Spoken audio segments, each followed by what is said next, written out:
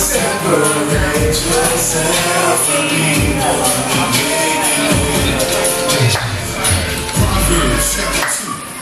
This is a good one. Are you recording? This is a good song to kind of play this song because what we're going to go into, I want to say greetings and Shabbat Shalom to, of course, my family here and our dear family in Mashiach. Today we're going to talk about, this lesson will be called Those Who Are Easily Distracted. And so, understand that the enemy will send people your way to distract you and move you off of your purpose. Alright? So, we'll listen to this song and after that we'll pray in and we'll go into the lesson. Anything wicked going on? Oh, that's your blessing. With the Most High. We can't afford to let it out of mind. Get righteousness. You have to separate yourself from evil and wickedness. Separate yourself. Sometimes you gotta examine everyone around you. That's right. You gotta examine everyone around you. See your salvation. Your salvation. And live righteously.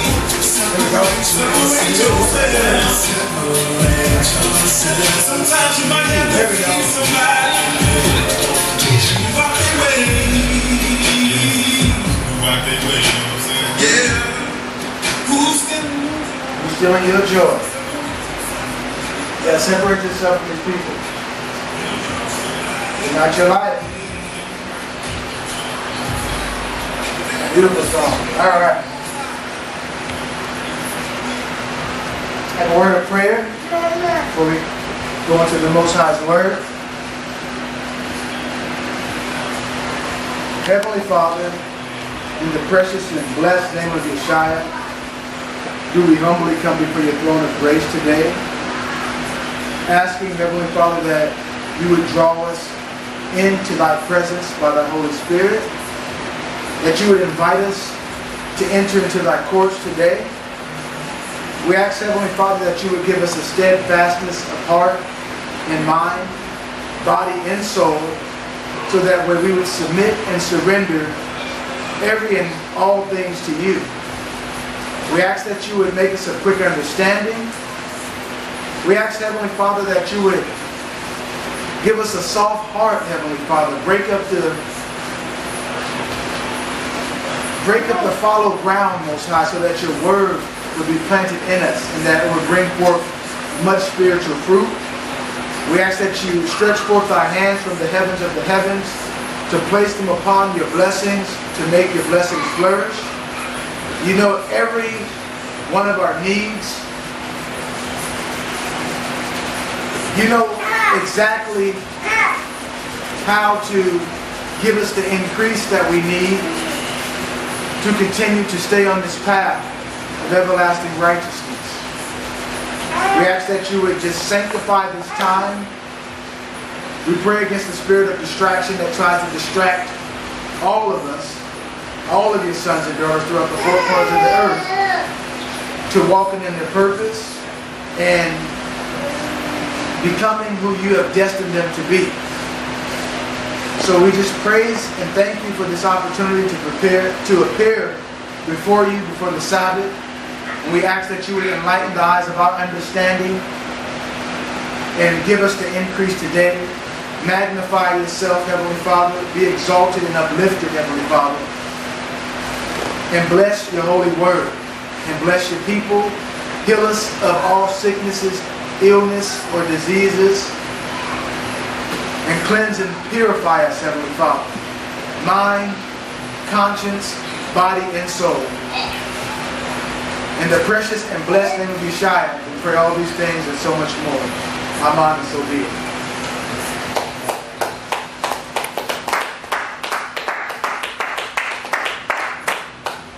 Alright, so today, again, I wanted to talk to my family as I like to reflect a little bit, like when we kind of go on and at the beginning of the Sabbath last night, we were talking, and I just thank the Most High, those who may get an opportunity to maybe look at these YouTube videos of the lessons, of Sabbath service lessons, that it's encouraging to their families. But that's how it is. This is how we make the change, by one individual at a time, one household at a time. We can't, it's not our job to persuade anyone else or convince anyone else for what they believe, or tell them how to believe or what they should believe. We just live our life as an example. And I know for one myself, my family can witness just yesterday, from Thursday night. Thursday was a long day for me. And I literally didn't go to sleep. I mean, I had to go to work, and then from work, I came back to doing the Song of the Sabbath. The Song of the Sabbath, which, we named that song. That song was called, the Father gave it to me. Growing up in, no, is it Growing Up in This World? What do I call it? I'm trying to think. Give me 1 second here. Let me see. What I call the process? Yes. Oh, what a process growing up in this world. That's what I think that's what it's called. Give me 1 second. Let me just double check. Okay. I'm going to have to go closer to that speaker. Yeah, it's called Growing Up in This World. Oh, what a process. And so in other words, today you'll find out that this lesson here, when we're talking about, and again, the topic again is those who are easily distracted. And you can just put a question mark. What about those who are easily distracted? Right? We'll come to find out that we know that they're not fit for the kingdom. And so we thank the Most High that because of His long suffering and because of His grace and His tender mercies, He's dealing very delicate with us. And so this is a time, brothers and sisters, to rehearse the righteous acts and really study to show yourself approved to the Most High, and get it together. Really show your love to the Most High. All right. So I said all that because on the Sabbath night, I sat back and I looked at my family. I came out from the Most High allowing me that song. I was so tired. On Thursday, I was up the whole night. So from Thursday morning all the way to nearly Friday the next morning.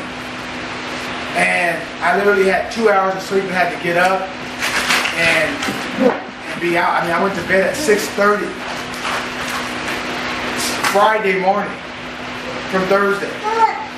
Because I was up late in the hours, 3, 4 in the morning when the Most High gave me that song, Growing Up in This World. Now we know that we are in this world, but we're not of this world. And so this world and the things of the world are continually working on your senses to pull you in and to distract you from your purpose. That's what it's doing. It's trying to take you from your purpose of pleasing the Most High. And as I look and I see for myself, I just said, man, I thank the Most High. You really have to pray over your family, brothers and sisters. You really do. Because, that's who the enemy came to destroy. You know how it says the devil came to kill, steal, and destroy. And we've all heard that. That's not just like cliche just saying that. He came to kill and destroy individuals and families. And so, when I look at my family, last night I was blessed.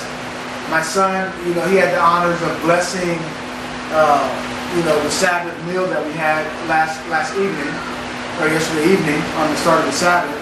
And just to hear the fervent prayer, it really lets me know that, that our children are watching. It keeps me hopeful. Hopeful because we know that for our youth, they're really distracted. There's so many different gadgets. You have all these smartphones. You have all these different social platforms. You have all these shows on TV. You got all these people talking about what's the newest fad, what's the next thing. And so it made me think that with all the things that are going on, how do we keep our foot solidly planted on the rock and walking on this path of the straight and narrow, so that way we do not get detoured or led away? All right.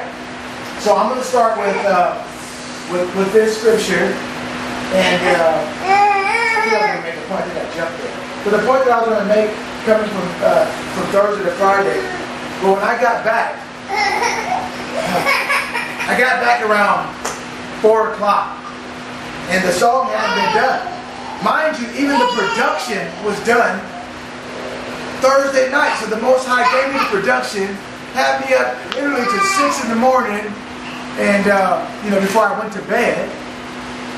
And the very next day, this is how I'm telling you, brothers and sisters, the truth. When these songs come forward, this is not about bars or metaphors or having some type of song or whatever the case is. It really is about, it's what you call therapy, spiritual therapy, soul food, healing for the soul. And that's what what the truth is to me, as far as being a laborer, who labors, have a labor of love and doing the Most High's work. That's what it's really about. So I come home 4 o'clock, and man, I was so drained. I mean, it was literally dangerous even driving. I went into the studio to finish the recording, and I couldn't even do it. My body just shut down. So I had 2 hours of sleep. After that 2 hours of sleep, I mean, the Most High revived me. I had only one. I had the production done for that song, "Growing Up in This World." Oh, what a process! That's the name of the song. And I had the production and a verse.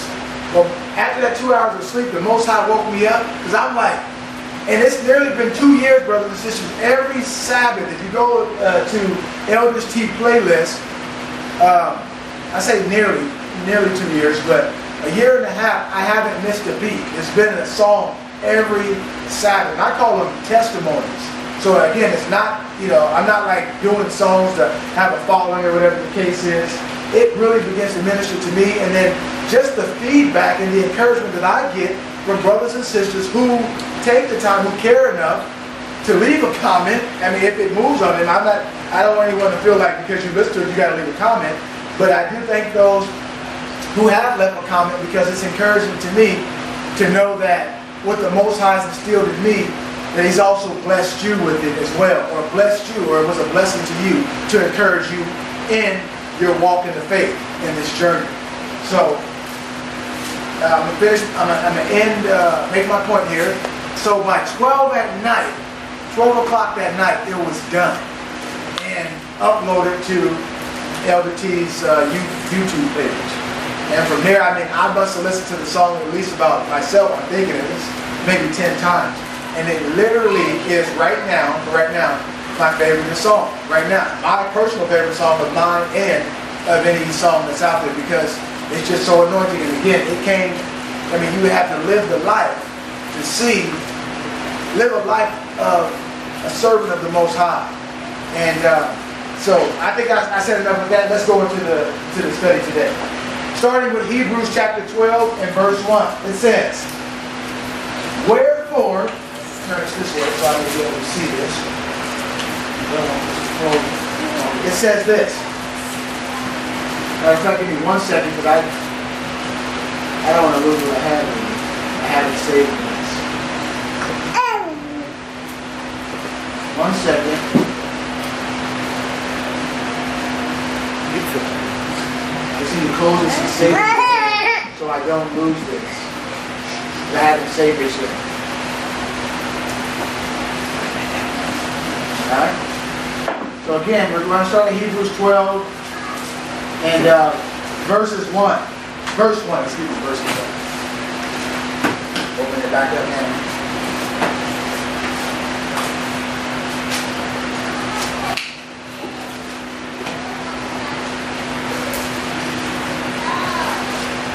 And it reads,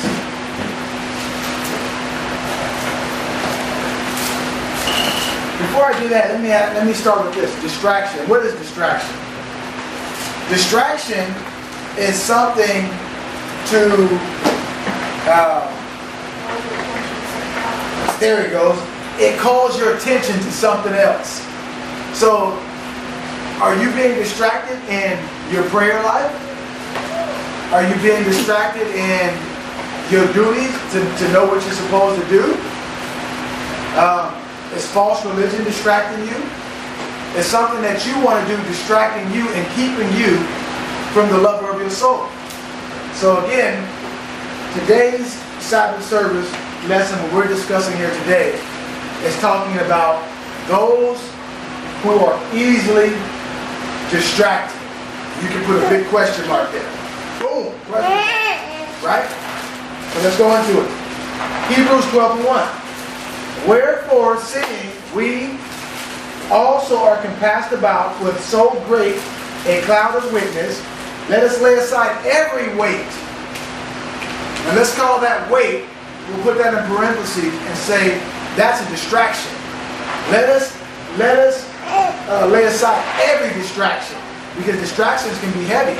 They can be hobbies, they can be things, they can be your career. A distraction calls your attention away from your true purpose, and it puts up something false there. Right? Right.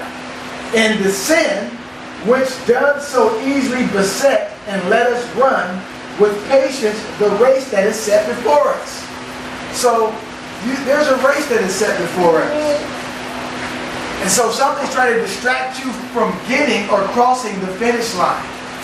So I'm here to tell all of my brothers and sisters, tell my dear family first, those who are closest with me, and then those who interact with us closely, that it is your sole responsibility to make sure that you keep yourself fit, because those who are easily distracted are not fit for the kingdom of the Most High. So we want to stay fit. So these particular things happen in our lives as distractions. And now a calamity can be a distraction. Misfortunes can be a distraction. Sometimes circumstances and chances and situations that arise can be a distraction. Children can be a distraction. Your spouse can be a distraction. All right, let's look at this and look at it honestly. So we need to set aside everything, and you notice what it said, in the sin, because sin is what? The transgression of the Most High's law. And the Most High gave us the law of life. He told us what to do for us to gain life. And it's your choice to do what you want to do. No, like I said initially, no one can make you do anything, and it's not our job. When I say our, I'm speaking of those who walk in the faith and you share your faith. Like, you go and testify to someone about your faith in the Most High and your walk, and they're like, okay, well, what does that mean for me? I'm doing what I want to do. Okay, well, you can do what you want to do, but understand that everything that is in this temporal world, the temporary things, are only temporary. And the things that are invisible, and the things that those who are in the faith are talking about or joining in, are eternal things that are going to have an estate that never ever perishes. It never fades away. All right? So the carnal temporal things are going to, they're here and then they're gone. Verse 2. Looking unto Yeshua, the author and finisher of our faith. So that means he ran the race, and he is the author of it, and he finished it. So, my dear beloved brothers and sisters, we also, you and I, we also have to finish this race. Okay? You can't, in other words, you can't start out for one moment when you're on fire and you hot, you reading your word, you actually applying what it takes to be a servant of the Most High. Right? You can never get distracted from or get tired or faint in doing that. You must be renewed in the mind, renewed in the spirit. You must take up your cross daily and continue to fight. Alright? So it goes on and says, so we're looking to the author and finisher of our faith, who for joy that was set before him endured the cross. That means he endured capital punishment. People of his own family. And I'm hearing the stories out there. Believe me. I welcome the brothers and sisters, new brothers and sisters, to the truth. I'm one of many humble servants of the Most High. And I thank the Most High for the brothers and sisters who have linked in, who the Most High has allowed their lives to cross paths with me. Now, I can't say that I have some big following. I'm some great big prophet or any of that. I'm just, humble servant going through this tribulation, just like you. All right. But the thing that you will find and learn about me is that I'm enduring and I'm consistent by the strength that the Most High has given me through Christ, that I continue daily. And my family will tell you. I mean, we are a family. The Most High brought us together. They see me fighting the fight, the good fight of faith, every day, faithfully. All right? And so that's what I want to do to encourage you, brothers and sisters. Even brothers and sisters who may look at this Sabbath service lesson on this video, they seen the consistency of it and, have been blessed by it. All right? So all praise be to Ahia. Continuing on. So he endured it. He endured the cross. So capital punishment, people speaking bad of him. Right? Ultimately laying his life down for our sins and our transgressions. Despising the shame, and is set down at the right hand of the throne of Ahia. Verse 3. For consider him that endured such contradiction of sinners against himself. So sometimes sinners, they'll come against you. Your own family, like Brother Fred was saying, sometimes you got to separate yourself from the people, right? You got to separate yourself. Because if you don't separate yourself, these people begin to distract you. If you don't separate yourself from things that you might be involved with, those things will begin to distract you. Right? So, Yeshua endured such contradiction of sinners against himself,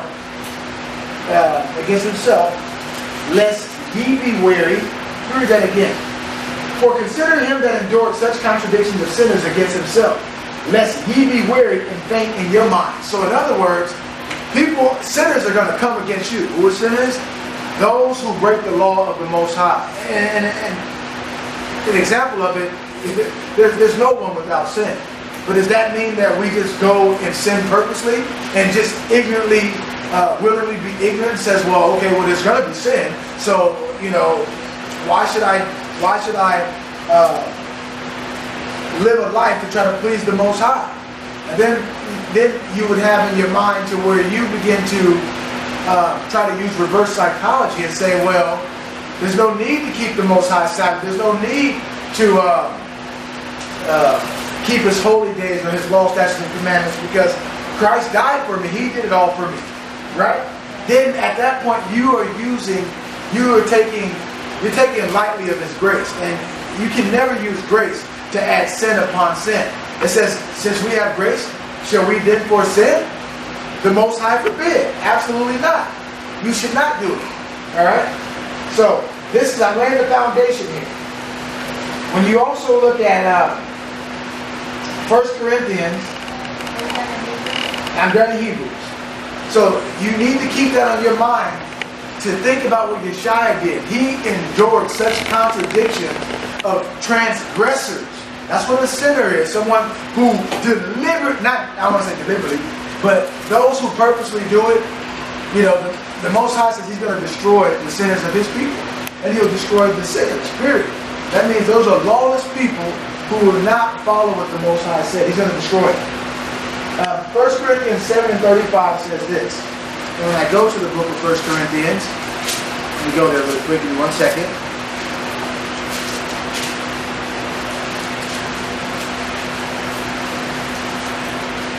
(7 and 35).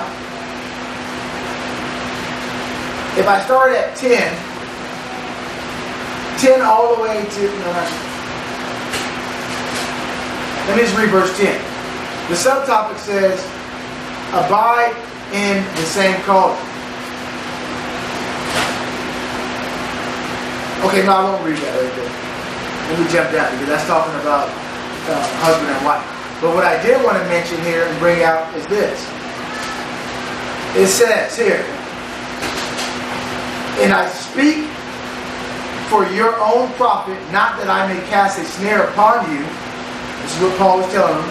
But for that which is comely, which is beautiful, in that ye may attend upon the Lord, speaking of Yeshua, without distraction. So without being, what was the word that you used, Destiny? You said something that draws your attention away. Without your attention or removes your focus off of the Most High. You got to keep your focus on the Most High. And so when you're looking in 1 Corinthians chapter 7, of course they were talking about there's a law for the married man and a woman, that a married woman is under the law of marriage of her husband until he dies. Now we're married, we're the body of Yeshua, we're married to him, right? So that principle would mean that, listen, we're married to Yeshua, because in the Old Testament the father, Israel was his wife, but he had to cast us out of his sight, right? For a time being, he removed us from his sight because we did abominable things. And so he sent his son, to the time that his son would come, pay the atonement, and lay his life down for ours, and marry us back to the Father. Alright? So what that's saying is that we ought to follow, just like what it says in Hebrews 12, 1 through 4, considering the author and perfecter of our faith. The author and finisher, the perfecter of our faith, who actually finished it. So we must do the same thing, right? So these things are being spoken not to lay a snare on you. So I'm not coming before brothers and sisters saying, you should stay in the faith because I'm doing it and I'm trying to just keep you in the law. Like last night, here it is, we're all here in the house. My family, brothers and sisters. It's so beautiful because I did the work, the Most High, it's good to do good on the Sabbath. So I was still recording that song, and that's the Most High's work. That's what priests do, right? Priests actually work on the Sabbath, okay? So nonetheless, when I got done, I was uploading the song, and it was so beautiful last night. At 3 in the morning, I'm sitting down. I must have read like 2 or 3, maybe 4 chapters of scriptures, and then listened to truth music. It was beautiful. Very, very beautiful Sabbath. But I was thinking of my family, again, to hear the beautiful prayer, have my son, to have the honor of my eldest son to bless the Sabbath meal, to see my wife and my daughter-in-law, mother-in-law, and, my daughter. They're all, talking, and they're having fun in the spirit and listening to music, and I don't know what they're called, but they're like, I guess, rapping about the Most High. And I'm sitting here witnessing it. Okay, so the thing is that making sure that we find ourselves, staying in the faith, and whatever it takes, whatever you got to do. Because I hear countless people saying, like for example, we had a brother who commented on one of the videos, and the brother says, they're all by themselves out there. And they're like, and I know how it feels. I was like, when I came into the truth, it was like the same way. Sometimes it's lonely in the truth. So brothers and sisters, we must, even if it's just you and your family, sometimes when you have it's wonderful and beautiful to have a congregation and a fellowship, but you got to keep yourself in it to where you can stay in it to win it. So let's just say that, let's stay in it to win it. The next thing I'm going to go to here in the scripture is, okay, now we're going to go over to the book of Luke. And we're going to start Luke chapter 9, verses 23. We're going to start there. Why? Because the subtopic on this is follow me. And this is Yeshua saying to follow me. Alright? What is that page too? The book of Luke 9, verses 23.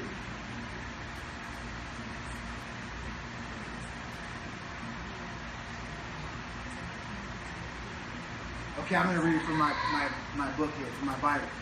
And he said to them all, and here's you talking to, remember that.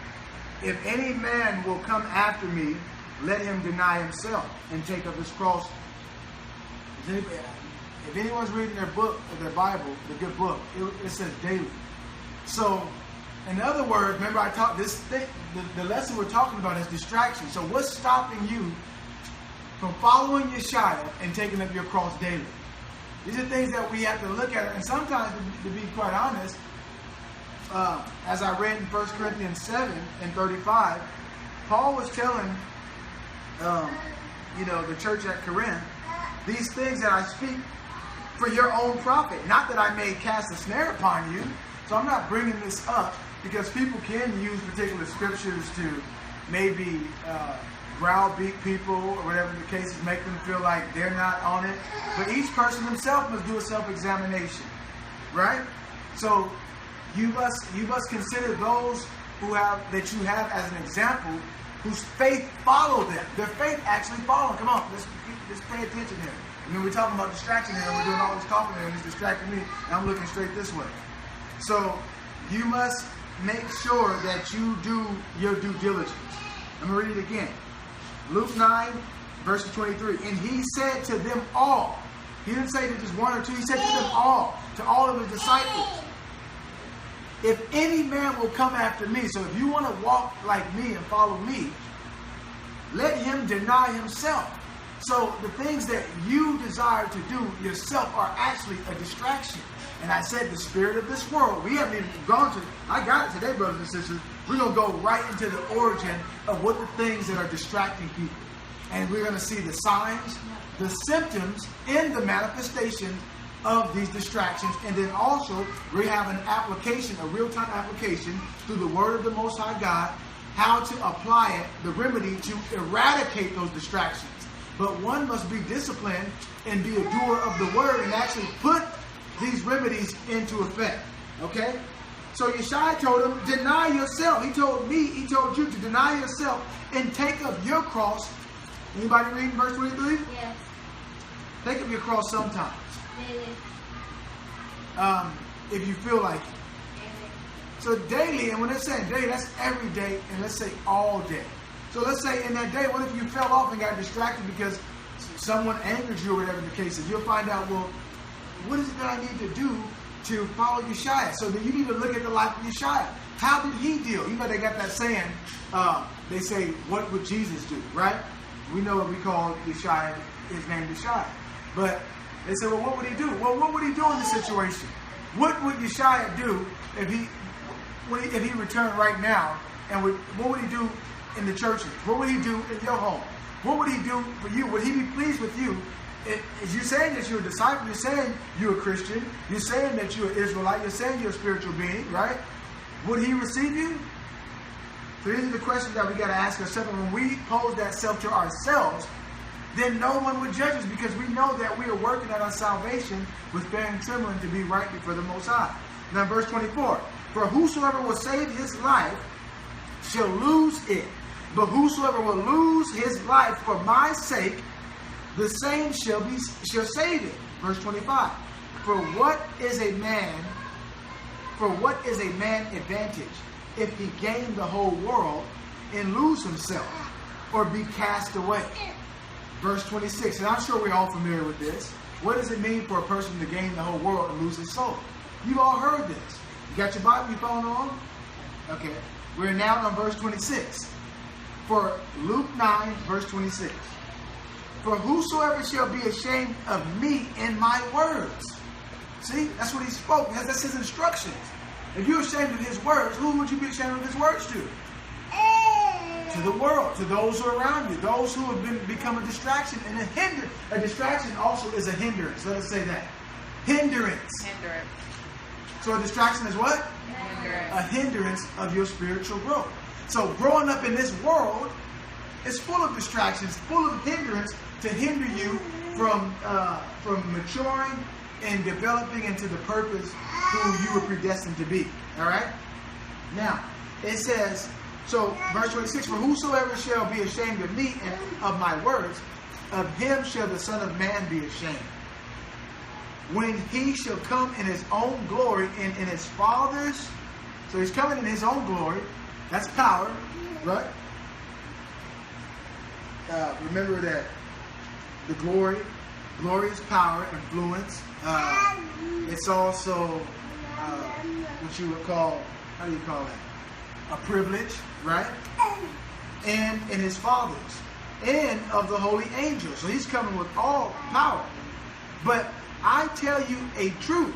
I tell you of a truth. Verse 27. There be some standing here which shall not taste of death till they see the kingdom of the Most High. And of course he was speaking of the two who was with him, his disciples who he took up to the Mount of Olives when he was at his transfiguration. Meaning 2 days he took Peter and John. He took Peter and John and James.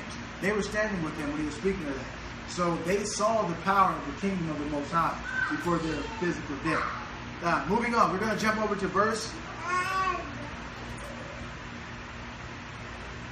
46. And it says in subtopic, the least to be the greatest. All right, baby.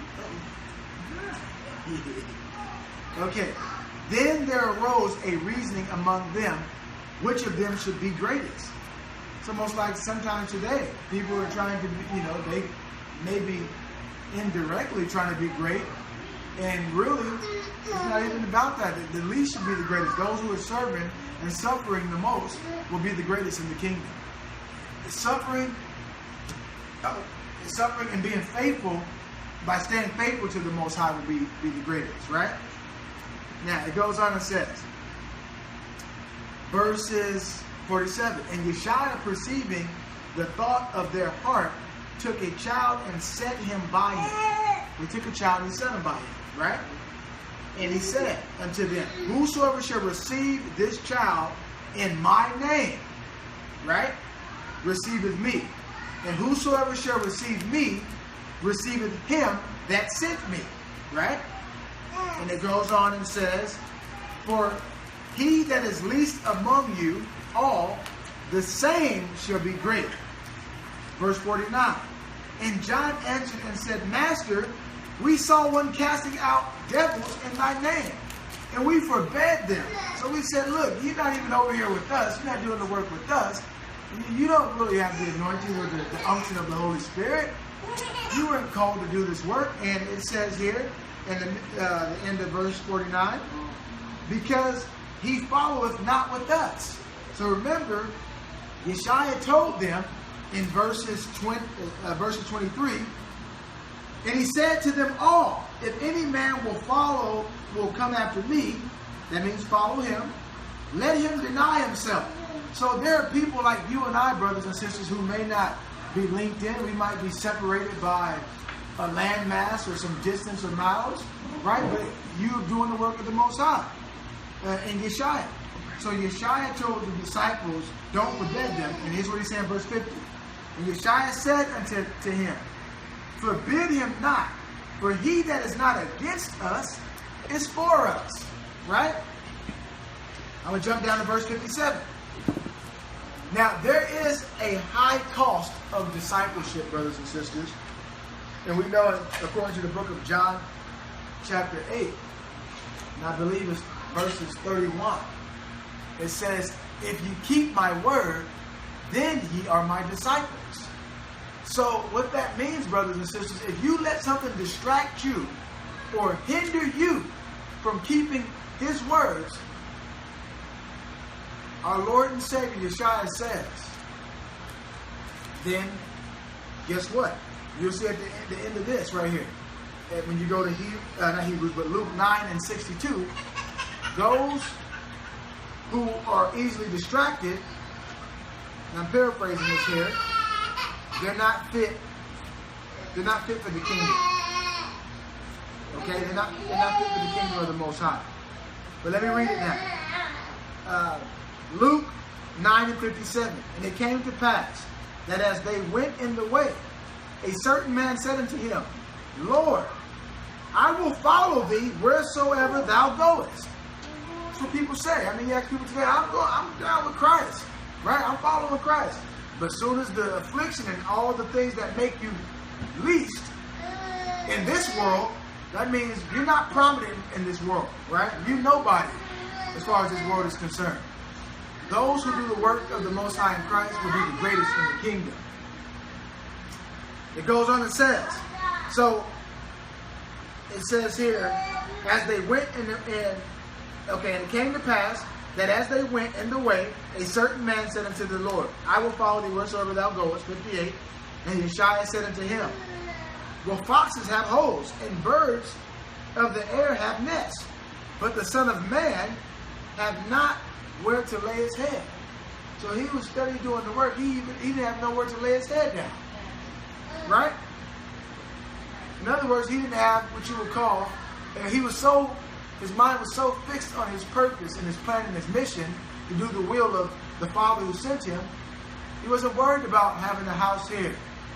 Okay, a luxury house or a big house, a plush house. He wasn't worried about that. Right? Verse 59. And he said unto another, follow me. But he said, Lord, suffer me first to go bury my father. Well, I'll listen to that. I'll come follow you, but first let me do this. And this meant they had to go bury someone. Right? Did you know in the law, a Nazarite, if someone takes a Nazarite vow, even if one of their family members died, they cannot go to be by someone that passed away because it's unclean. Right? This is the law of the Most High. So those who take a Nazarite vow, they cannot do that. They got to keep their oath. They got to keep the word of the Most High.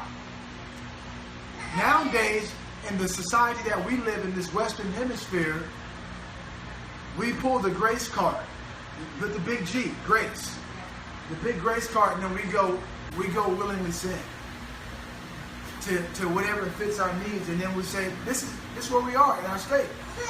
This is a distracted society, right?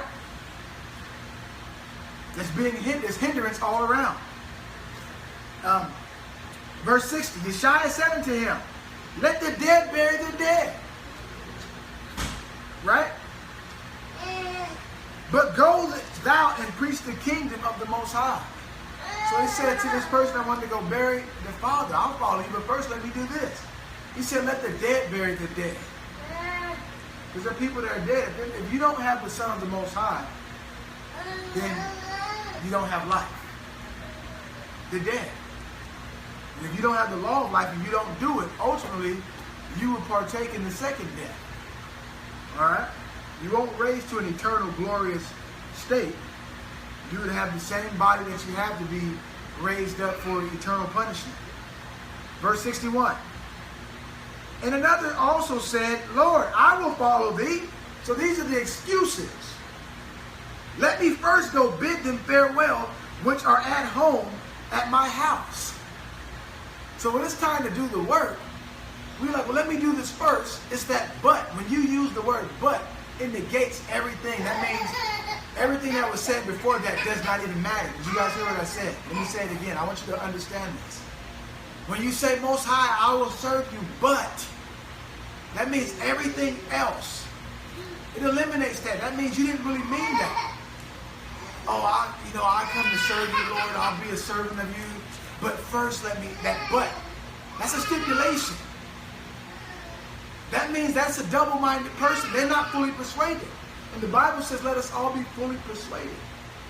So we have to get that way. That's why in the prayer, thank you, Most High, that He's dealing with us with His grace. Because some of us ain't ready.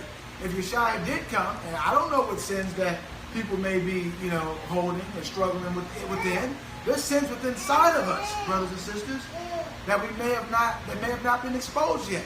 Only the truth exposes it. Peels back the layers of deception and deceit like an onion. And then it just opens you up, and then you're vulnerable. You don't want nobody seeing your frailties, how you say it? Not just frailties, your vulnerabilities. They can hurt you. The world teaches you to be hard, to cover it up. Put this look on your face. You hard. You get right. And at a point, you do have to endure, but you have to triumph. It's like when we went to Hebrews 12 and 1 through verses 1 through 4. It said, "Consider ye who counted it all joy, the suffering and the contradiction of such sinners, and endured the cross that was set before him." In other words, the capital punishment. That meant that he was going to lay his life down, and everyone around him would look at him and say, "You are crazy. look, I'm going over here to have a good time. You doing that? Why are you putting yourself through such harsh things? You don't have to do that. Just relax a little bit. Calm down. Right? They thought Yeshua was crazy. He was out of his mind as far as they was concerned. So look what it says. Verse 61 again. And another also said, Lord, I will follow thee, but let me first go bid them farewell which are at my house. Verse 62. Now here's the conclusion of what Yeshua is saying, or what he said. And Yeshua said unto him, this is his word, no man having put his hand to the plow.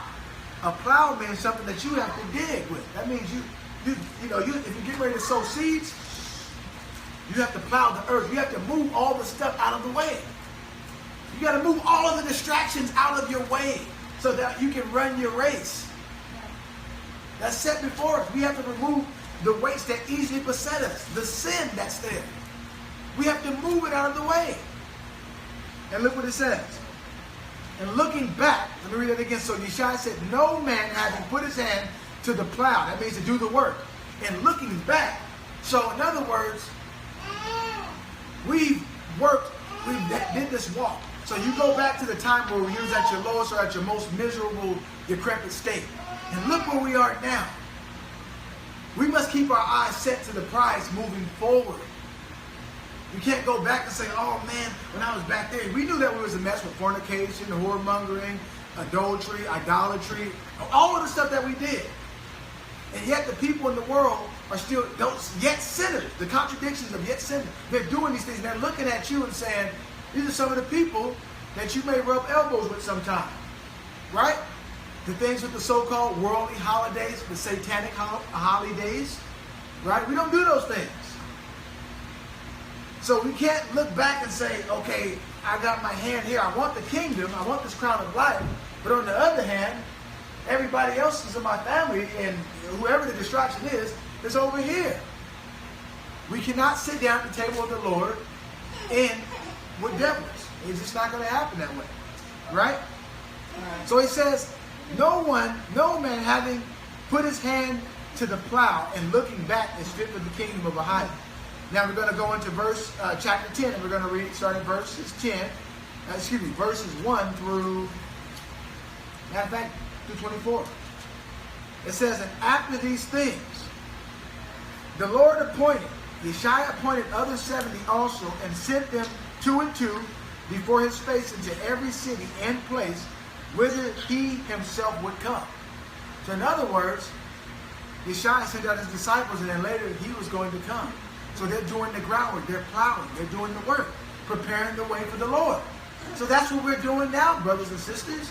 We're preparing the way so when Yeshua comes, when our King comes, those who have the seed, that eternal, that uncorruptible seed that was planted in you, that's being nourished by the word of the Most High. So when Yeshua comes, he's coming to get what's his. All right? Verse 2, therefore said he unto them, the harvest truly is great, but the laborers are far. Okay? Are few. Pray ye therefore the Lord of the harvest that he would send forth laborers into his harvest. All right? Verse 3, go your ways, behold, I send you forth as lambs amongst wolves. Verse 4, carry neither purse. These are the instructions that he gave to his disciples, right? The 70 laborers that he sent forth. So carry neither purse, nor scrip, nor shoes, and salute no man by the way. Because go to the place where I told you, because if you go to a place and salute these people by the way, that's going to be a distraction or a hindrance and deter you from doing the mission that was given to you by Yeshua, the work that was supposed to be done. Verse 5, and into whatsoever house ye enter, first say, peace be to this house. 6, and if the Son of peace be there, right, your peace shall rest upon it. If not, it shall turn to you again.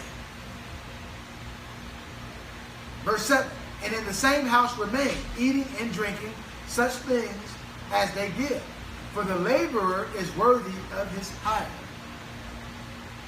That means for his pay. Go not from house to house. See that?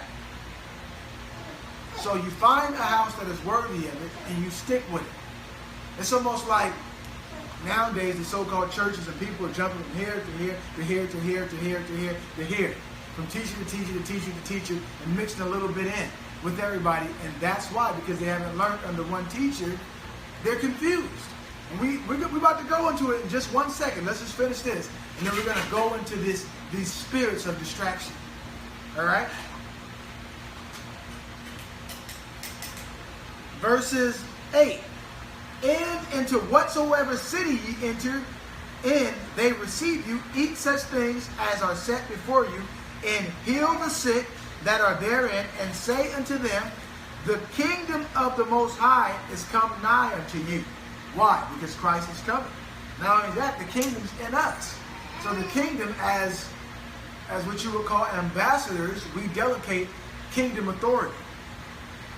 But into whatsoever city ye enter, in the streets of the same, and say, even the very dust of your city, which cleaveth on us, we do wipe off against you. Let me read verses 10 again.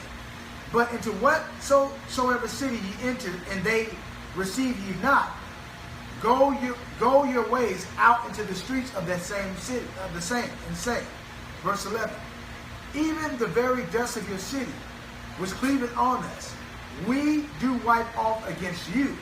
Notwithstanding, be ye sure of this, that the kingdom of the Most High is come nigh unto you.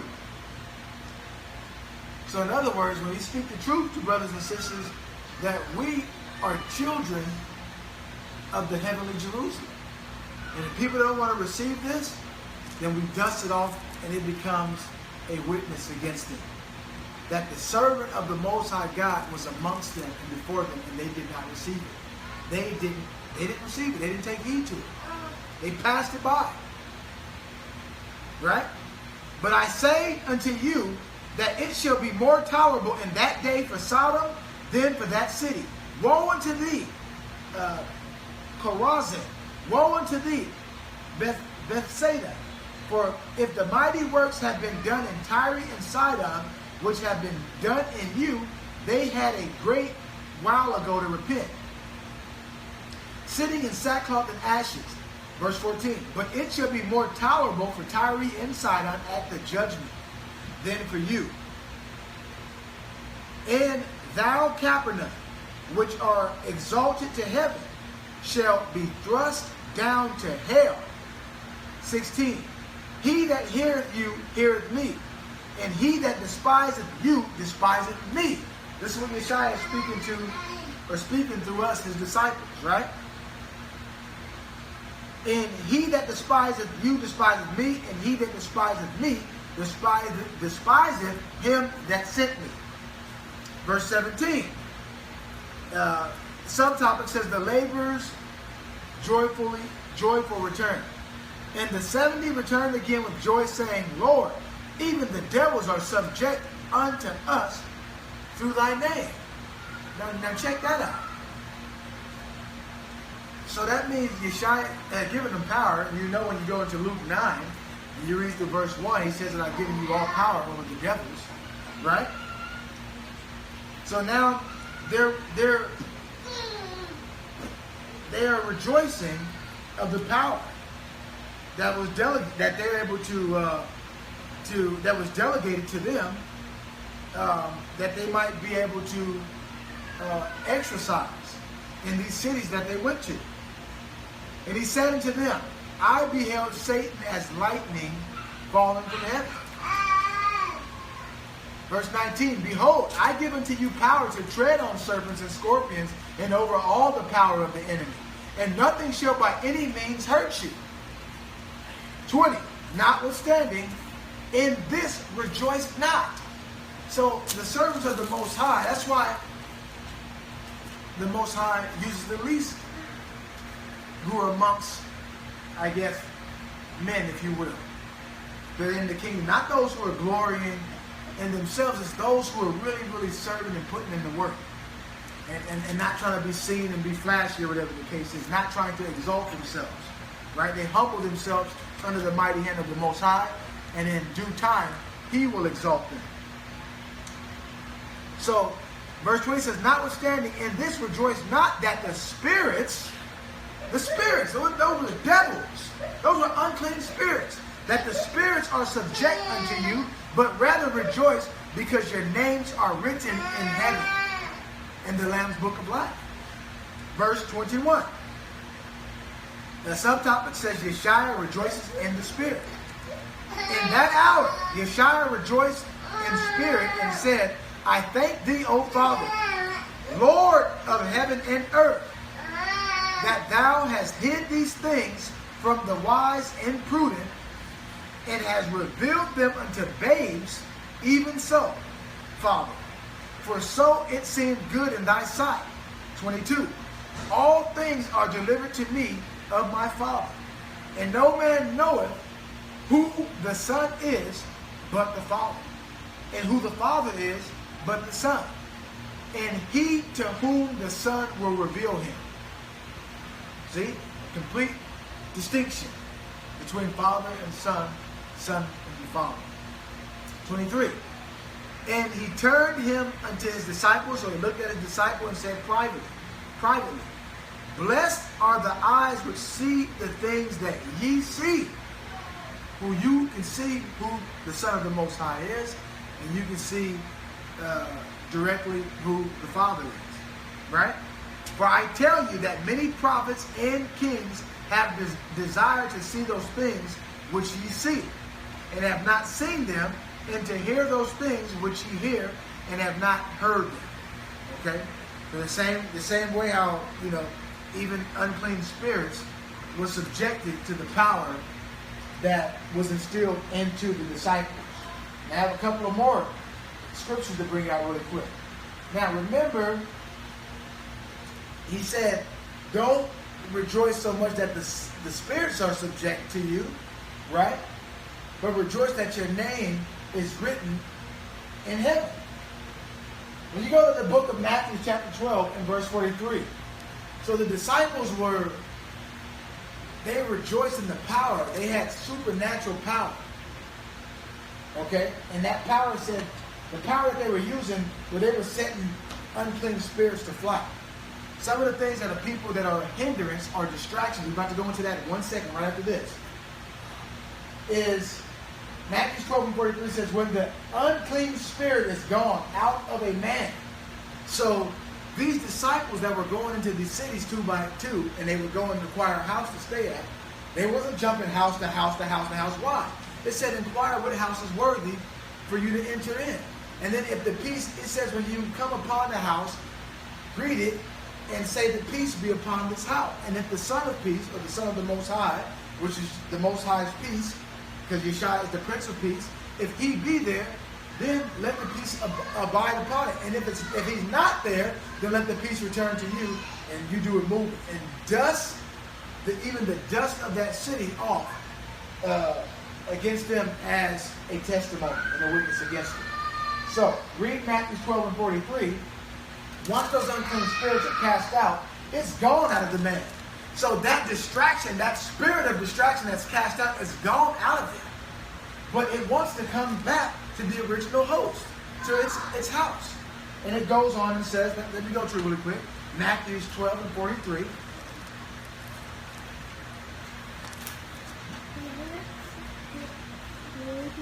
It says,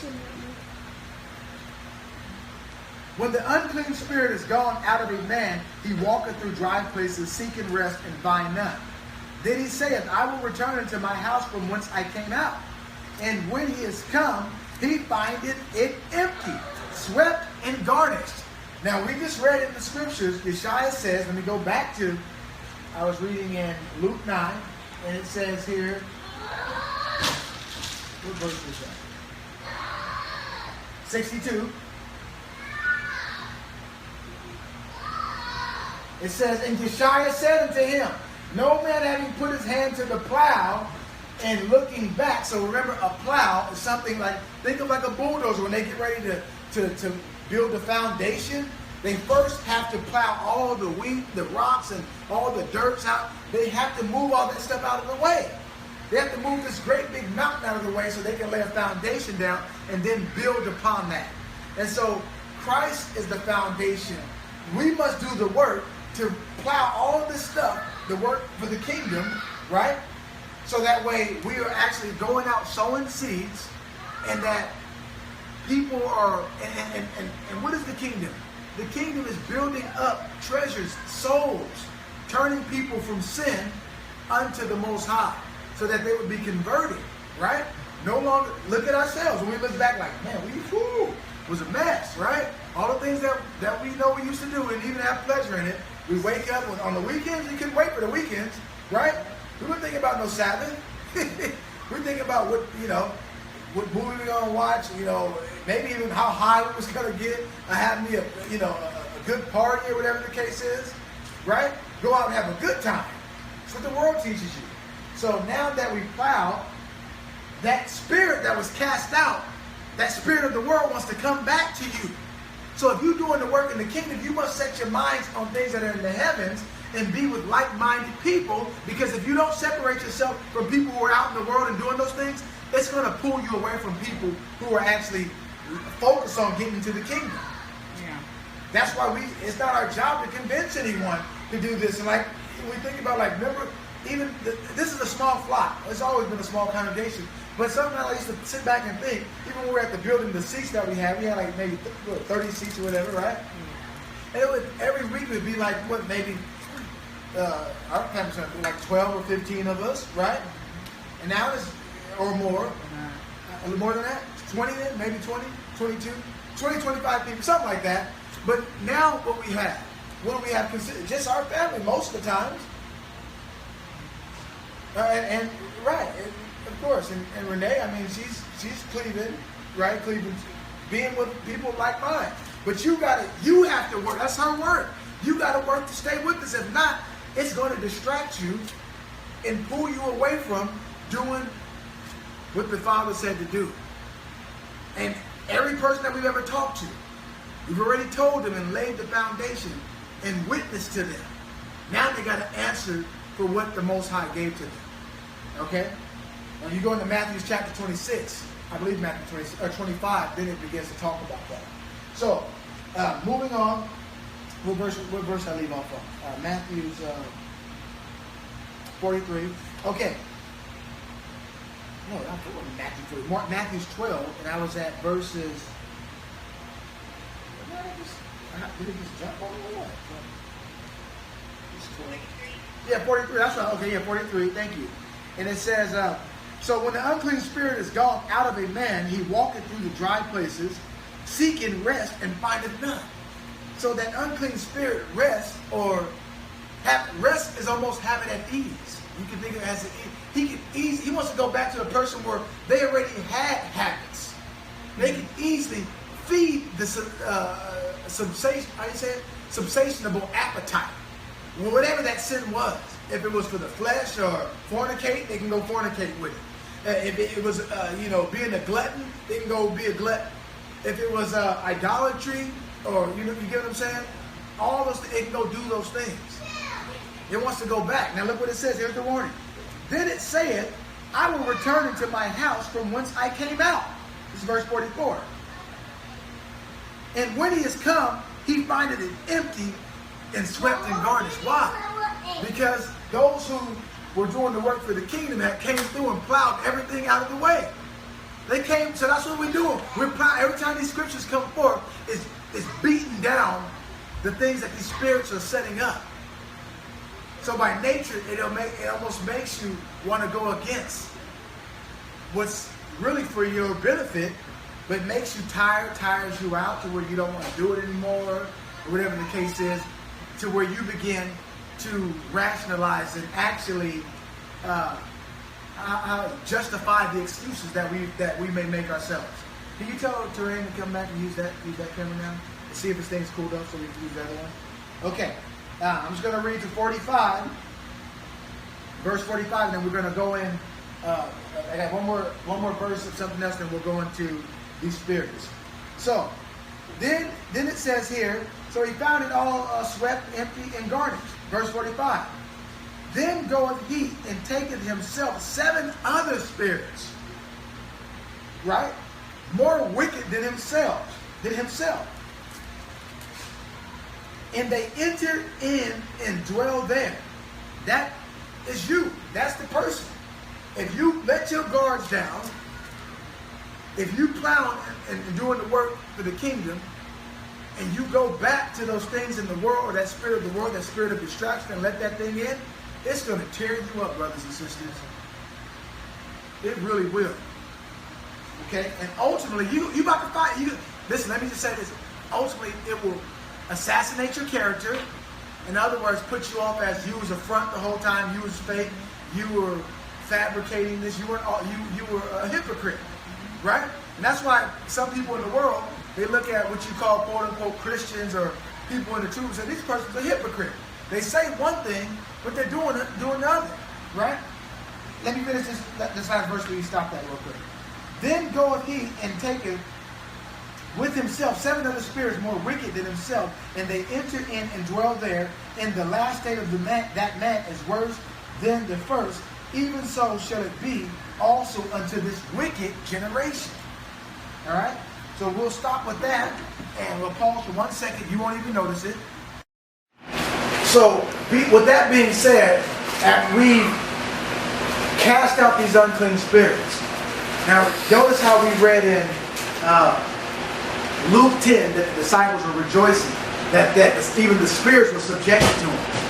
See, sometimes, that's why we must stay humble. Yeshua said, don't rejoice in that these things are subjugated to your power and the authority, because I've given you all authority.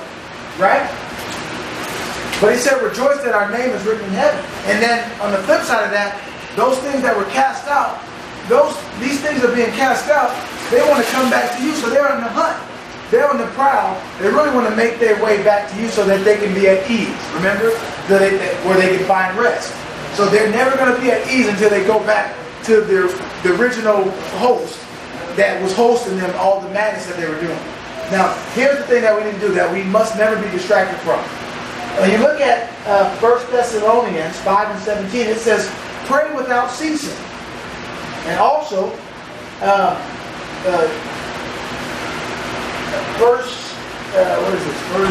First Timothy, right?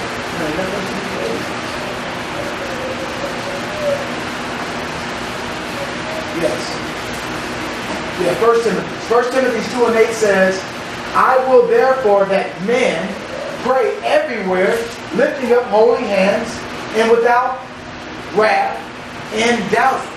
So we must lift up our hands and pray to the Most High, believing in our petitions that they will be answered. They are being answered, because why? We keep the Most High's commandments. Without further ado, we're going into these spirits now. And the first one I want to talk about is this: the spirit of carnality. The word carnality comes from the Greek word sarkikos, which, when translated into English, connotes rotten flesh. All right, anti-spiritual in nature. The spirit appeals to the appetite of the soul. Isaiah 29 and 8 gives us greater insight. It shall even be as when an hungry man dreameth. Right? Hungry man's dreaming. He has all the best food that he wants. Can you imagine you being hungry and you want to sit down and have a feast? You're like, man, I'm ready to eat. Right? It goes on and says, and behold, he eateth, but he awaketh, and his soul is empty. Or as when a thirsty man dreameth. So the spirit of carnality is always going to have you wanting to get more carnal things. The eye's never happy with seeing. Right? The ear's never happy with hearing. It appeases to the flesh. But you're always going to be empty. That's what I was saying on the first premises before we came into this. I said, when we come to find out that if you get distracted from the race that was set before you, why? Because you need to cross that finish line, the finish line, for you to get the prize. What is the prize? Eternal salvation, real rest forever. Yeah. In the world to come, it'll be at ease. No one's ever going to steal your prize from you. Right now, they can set up a prize and say, yeah, I'll give you this if you do this, but it's attached, it comes with this. You got to compromise. But in the kingdom, it won't be so. Someone can offer you $1 gazillion billion and you would never do it. Right now, if it's comfortable for it, if it makes things life a little bit more comfortable for us, we do it in the ease. People have done it already. I'm hearing about people doing it. They set it up like this. I'm hearing about what people are doing. There's so much stuff going on, brothers and sisters, things that I haven't even talked to you about yet. Because in the spirit, I have to do my due diligence and study to make sure before what I bring forward. But believe me, we are on the helm of something big. They're going to roll it out, brothers and sisters. I know we've mentioned that last week, I think. They roll out the mark of the beast. The company somewhere in one of the cities in Babylon, that the people have been chipped, right? They got all these things, a whole bunch of stuff going on. But I don't want to be distracted and going off into something different. I want to stay on what I'm talking about. So, what this is saying is that you're looking at something through the carnal mind, that spirit of carnal, but it continues to leave you empty and weak and faint, always in want. And his soul hath appetite. Lust are evil desires that readily express themselves in bodily activities. Let me say that again. Lust. Remember, it tells us to flee from youthful lust in 1 Timothy. I believe it's 1 Timothy 4, if I'm not mistaken. I don't want to go right in there. You know, if someone knows it, you can go look it up. But I'm speaking of the scripture that says, flee from all youthful lust. Because once lust is conceived, it brings forth sin. And once sin is full blown, or full grown, it brings forth death. There's also a spirit that also wants to kill you. It wants to kill your spiritual growth. It wants to kill you spiritually, physically, mentally, socially, economically. Okay? And let me go on with this. So lust are evil desires that readily express themselves in bodily activities that are natural tendency of the flesh. Yes. Natural to eat, to be a glutton, natural to want certain things, to have fun, right? To appeal to your flesh, to feel good, right? To look good. In the soulless capacity and proclivity to gravitate toward things that are evil. So your flesh will make your soul gravitate, that means your mind, gravitate to things that are evil. But you don't see things that are evil yet. And there are distractions, things that are set up to distract you, yes. So that way you would never see it. Some lusts may characteristically be refined. So some lusts they can be refined. As in the pride of life. So once proud of his life, you get humbled down.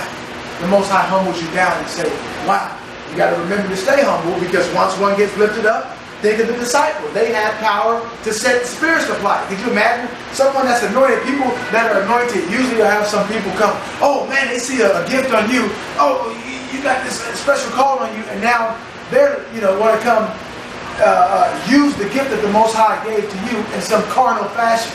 So that way they can have people come and whatever the case is, to their gathering or whatever, to be used for selfish motives, right? And if the person who the anointing is on, now there's such thing as false anointings and fabricated anointings, but if the person's not humble enough, their eyes come off of the Most High, because remember, it was Christ that gave them all power. They begin to look at themselves as they something special. And in this world that we live in now, even those who are truly anointed must be humble and be careful and be disciplined and mature enough to always give the honor and glory and praise to the Most High, unless they themselves be lifted up. Because why? Before the fall comes what? Pride. So whenever someone's real proud, this is a very proud nation, or let's say not a proud country that we live in, right? The so-called nation that we live in, very proud. And everyone's running around proud. So the Spirit, the Holy Spirit goes inside of us and makes us check ourselves to see if there's any sin within us that will prevent us, hinder us, distract us from doing the work. All right? So look what it says. But they are still lust. So the pride of life is still lust. Desire in of itself is not to be feared. Okay, because there's a good desire. Ask the Most High to give you desire for Him. Why not have a desire for Him? Because lust are desires, but lust in that way is to desire something that is forbidden or something that is bad for you to have. Right? The Most High promises us the desire of our hearts in Psalm 37:4. Right?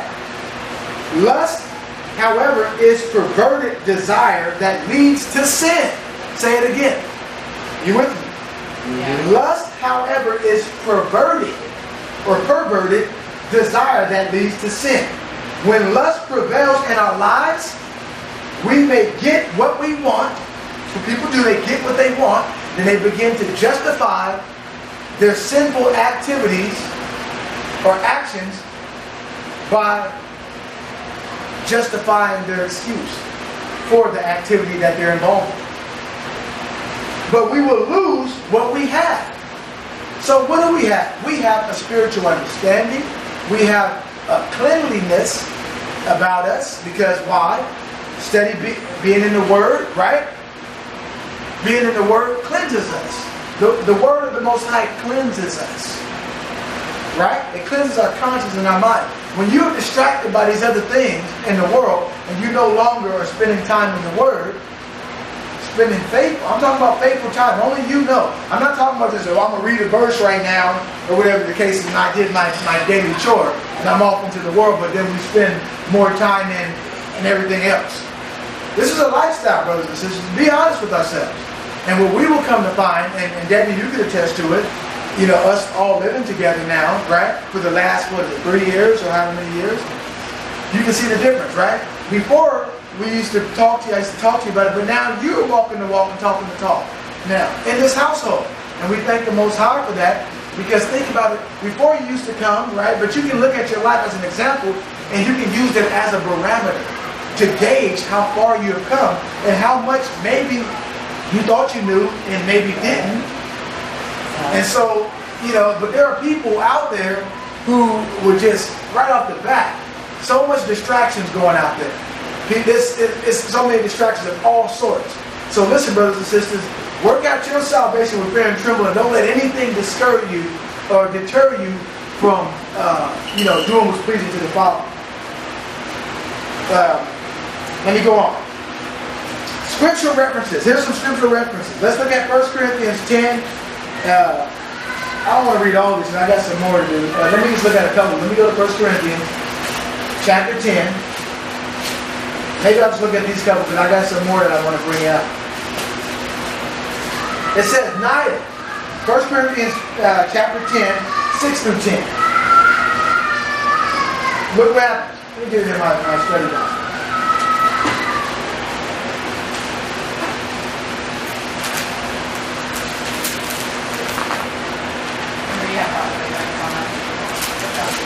Oh, before it dies? Oh, yeah, okay, yeah. 1 Corinthians, what did I say? 10, yeah. 1 Corinthians 10, here it is. And I said 6 through 10. Now, it says this.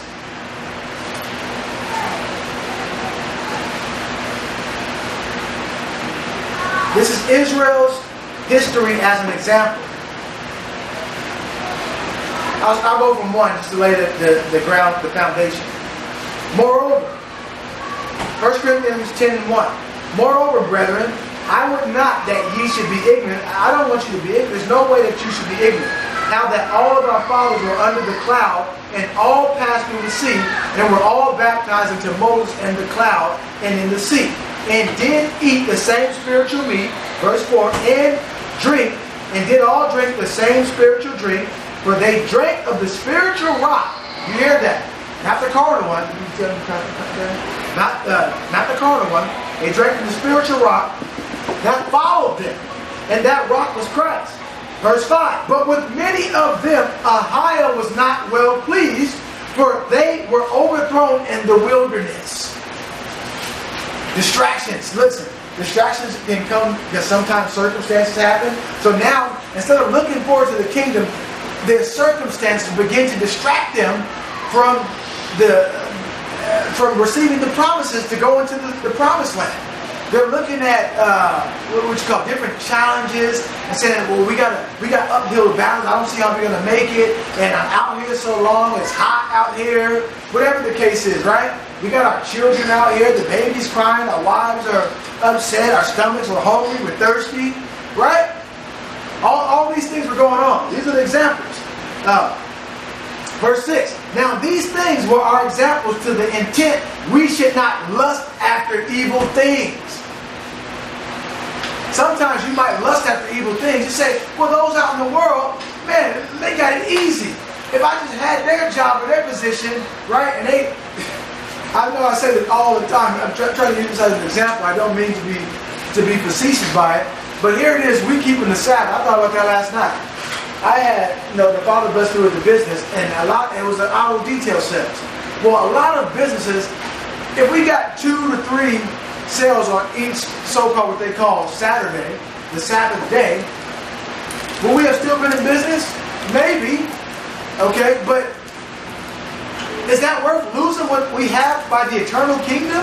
By the race that is set before us? So now, I see that with the world that's put out there for a way, because you got to make a living for yourself, but yet I still chose to do what the Most High said. That's my sacrifice. I made a decision, and also leave an example for those who we congregate with, for the members of the body of Christ, for my family, for my sons and my daughters, so that when they grow up, that they would follow that same path. That this is what we are to do, and the Most High honors it. It brings glory to Him. Right now, we may be for our momentarily light affliction. It seems hard. Oh man, finances or whatever the case is, right? But yet the Most High always makes a way. Okay, so I'm using that as an example to illustrate similar things in past times that our forefathers were dealing with. And so we should not and must not lust after evil things. There's never a time that we should ever compromise being holy. Ever. That's it, ever. Okay, so verse 7. Neither be ye idolaters, as were some of them, as it is written, the people sat down to eat and drink, and they rose up to play. Once they was comfortable, oh man, they sat down and eat, and it was eating, then they rose up to play, to go have a good time. Oh, to be entertained, to have pleasure, to just get along with this world, right? Verses 8. Neither let us commit fornication, as some of them committed, and fell in one day 23,000. Verse 9. Neither let us tempt Christ. In other words, the Most High knows my heart. He'll forgive me, right? And go and tempt Him. Or be double-minded and say, Lord, I'll serve you, but if you do this for me. No. Whatever happens, whatever befalls you, take it and cleave to the Most High. And at the end, once we can remember, brothers and sisters, we must go through great affliction, like it says in, I believe, Acts 14 and 22. I could be wrong. Somewhere, but we must go through great affliction to enter into the kingdom of the Most High. And so all these hindrances, these distractions, are set up as a decoy, and these false illusions, these false ways, and these false religions, and this false gospel going out, this false narrative that, the Most High God just wants everybody to be happy. Well, no, He wants you to be holy. That's what He said, to be faithful. All right, we have an example. Hebrews 12, 1 through 4, like we went into this lesson. Let me go on. Now, so neither let us tempt Yeshua, as some of them also tempted and were destroyed of serpents. Verse 10. Neither murmur ye. We complain, I've got all this right here. I'm a believer and I'm doing this. And you start complaining, right? As some of them also murmured and were destroyed of the destroyer. Now there's many more scripture that we can go in. I mean, that can be a lesson itself on that spiritual carnality. But I wanted to go into that scripture. I'm going to go to the next one now. There's the spirit. So what must we do? Let's look at some signs, symptoms, and manifestations of that spirit of carnality. Abandonment. You feel abandonment. Adultery. Okay? Someone's doing this thing. Anger. Bitterness. Comparing us to them. Covetousness. Deception. dissatisfaction with the most high's provision. Let us be content with such things that we have. Some have erring thinking that godliness is gain. So yeah, I'm going to go out and be godly and just gain the whole world. We just read, what is it for a man or a woman or a person to gain the whole world but then lose your soul? Is it not? Are we not connecting the dots? Are we putting it together? Look what else it says. Okay? How do you pronounce this? Effeminacy, error, false witness, fighting, formalism, gluttony, grumbling, historical, culture, generational pride. Yes, I'm an Israelite. We're better. And see, I was accused of that. People mistake. Yes. What were all those things?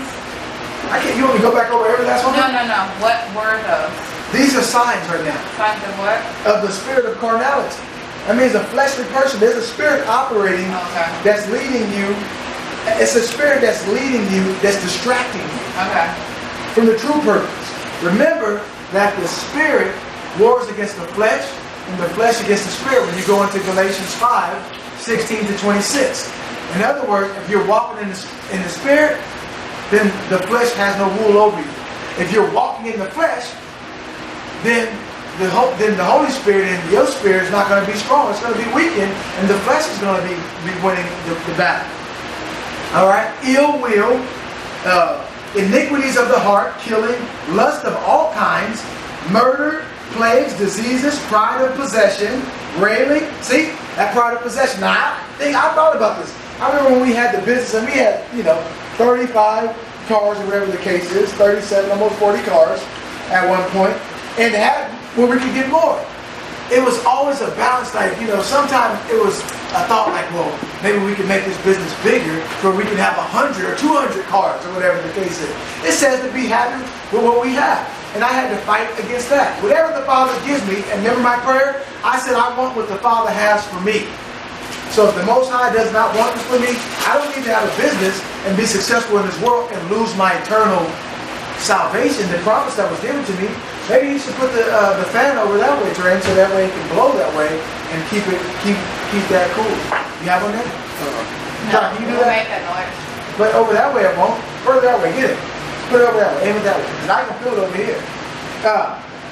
Now, railing, resentment, seduction, that means enticing, slander, strife, temptations, unrighteousness, witchcraft. Those are the signs. Here are the symptoms. Abusive, blasphemous language, alcoholism, animosity, brawling, complaining, cruelty, discontentment, doubt, emulations, evil thoughts and desires, fault finding, filthy language, fornication. Let me say that again. Filthy language. All right? Fornication, grandiosity, hatred, hoarding, immorality, inordinate sophistication, kleptomania, lying, narcissism, presumptuous living, quarreling, rebellion, reveling, selfishness, spite, stubbornness, uncleanness, vainglory, worldliness. Now that was the symptoms. Now here are the manifestations. Addictions of all kinds, anarchy, arrogance, clamor, compromises, death, dissatisfaction, drunkenness, envy, extortion, faulty perceptives, flamboyancy, gambling, yes, greed, heresies, idolatry, ingratitude, judgmentalism, lasciviousness, malice, perversion, pride, rage, religiosity, sedition, sexual sins, stealing, all right, superiority. So one thinks they're more superior than the other. Ungratefulness, variance, and wrath. That is the manifestation. Now, okay, so to be delivered from it, we need to release deliverance, holiness, fruits of the Spirit, and manifestation of the Spirit. All right, that's what we need to do. So when you need to pray against that spirit of carnality, and it's prevalent in the society that we live in. Now, here's another one. The spirit of contention. Competition. All right, there's a spirit. Now, we see that in sports, right? The Spirit creates rivalry between entities that compete for the same prize. Oh, prophet. The Spirit is slick and covertly or covertly fulfills its mission. Competition is a door-keeping spirit. It opens doors to other stronger and more deadly spirits. Scriptural reference for the spirit of competition is Ezra chapter 4, verse 19, and St. John chapter 9 and 16, and St. John chapter 10 and 19. Let's go there real quick. St. John chapter 9 and 16.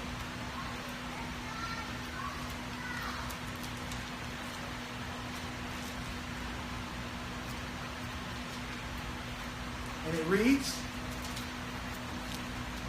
one moment.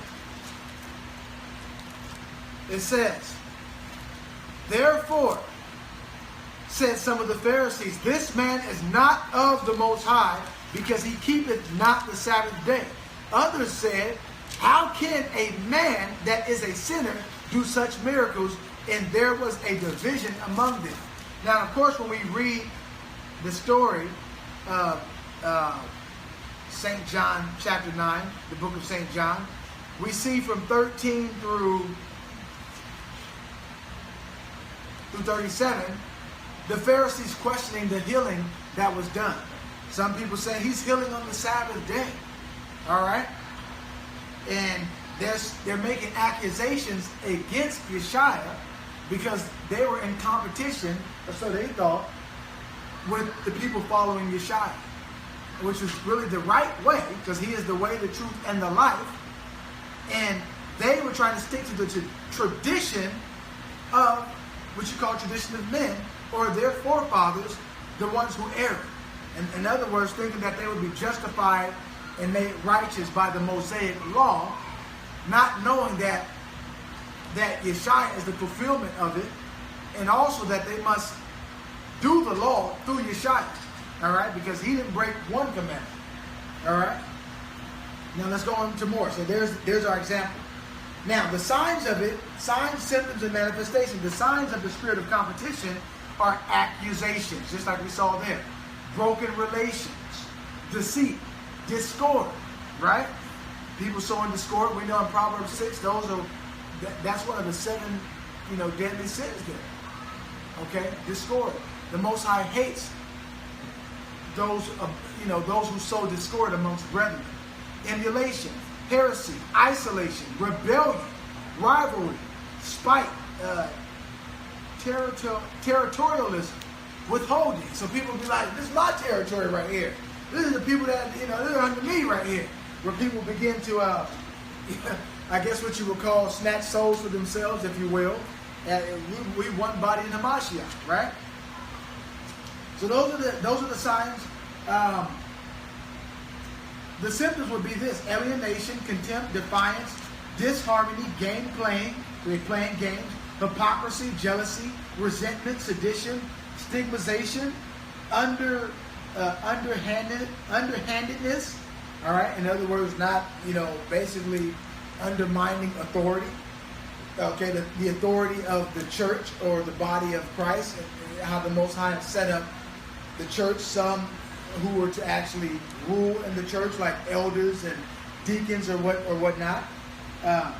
So that is what you call the the symptoms of that spirit. Here is the manifestation: antagonism. Yes, antagonizing someone. Contention, detachment, divorce, gossip, ill will, opposition, retaliation, slander, strife, and unfair practices. Now, to be released from that and delivered from that spirit, we need to release fellowship. That's why, again, Hebrews chapter 10 tells us, let us not, I believe it's 10, right? It's been a while since not to forsake the assembly. Yeah, I believe that's it. Hebrews 10. It's been a minute since I looked at that one. Not to forsake the assembly. But when you do that, that's sin, right? So in other words, you must continue to gather with the elect in the body of the Mashiach. All right? The spirit, and the next one. We need to release fellowship, unity, love, forgiveness. That's a big one, forgiveness, because unforgiveness is what you would call a deadly sin. That's a deadly sin that's a sin unto death. If you're dealing with unforgiveness, we forgive and we let the Most High happen. All right? You don't have to walk around harboring bitterness or hatred towards anyone. All right? Harmony, we need to release harmony, compliance, obedience, and discernment. We need spiritual discernment. Now, the spirit of confusion. This spirit of confusion causes disorder and disarray in the life and relationship of many people. It also causes an individual to live in a stunned and cluttered condition, confusing the mind, bewildering the emotions, and distressing relationships. This spirit works with the spirit of madness. Scripture reference of the spirit of confusion. 1 Corinthians 14 and 33. Let's go there. We need to get the biblical basis of this. 1 Corinthians 14 and 33. And it says, "For the Most High is not the author of confusion, but of peace, as in all the congregations or all the assemblies, or as it reads, all churches of the saints." Now, what are they speaking of? The author of peace. Now, it is, if you go to verse 26, from 26 down to 40, let's read this real quick. I'm going to start with 26. "It is then, brethren, when ye come together, every one of you have a psalm, have a doctrine, have a tongue, have a revelation, have an interpretation. Let all things be done unto edifying." Not so that one can be with the competition spirit, like, well, I'm bringing this and I'm bringing that.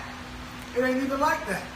And so we got to make sure that there's no spirit of competition, even in the truth, where brothers or sisters or whatever the case is doing these particular songs, and I don't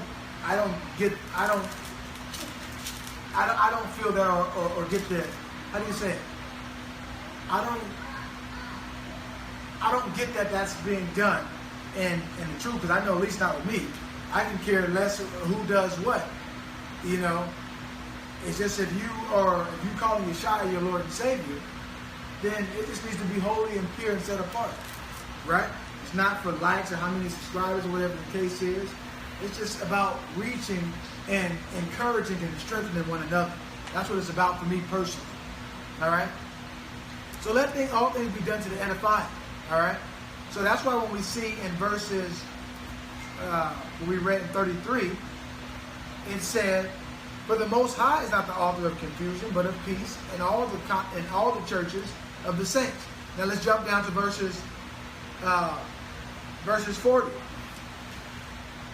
"Let all things be done decently in order." That's how things should be done, decently and in order. And the other one was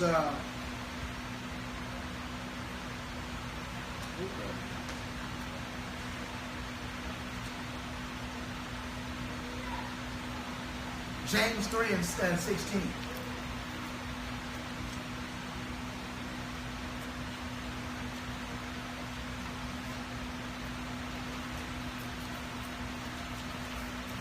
And it says here, "For where envying and strife is, there is confusion in every evil work." That's James 3 and 16. And let's go into this spirit here that we're reading about,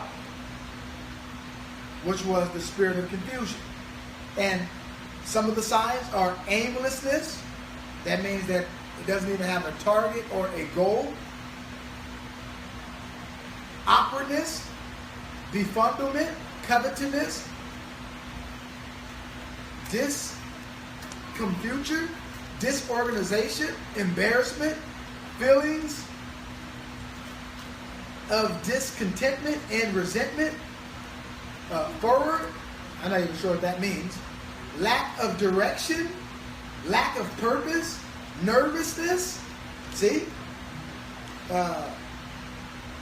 perturbation, I'm not sure what that is either. Shame, trance-like states, and an uproar. That's the signs, or some of the signs. Now, some of the symptoms are argumentiveness, bafflement, bewilderment, defensiveness, discomposure, distraction. Did you hear that? Distraction. So this particular spirit that comes in to confuse, so distractions are really nothing more than someone trying to confuse you. Right? Emotional disturbance, flusters, humiliation. When you feel humiliated, lack of discernment, perception, loss of memory. Look at this. Pandemonium, preoccupation, spite, tumult, upsets. Now, the manifestation is this. Attitudes. Bedlam, whatever that is. Clutter, disarray, disorder, double-mindedness, envy, fretting, hypnotic stupor state, lack of goals, loss of mental faculty, perplexity, self-consciousness, distress, strife, and turmoil. Now, to be delivered from that, we need to release the mind of Christ, or arm ourselves with the mindset of Christ.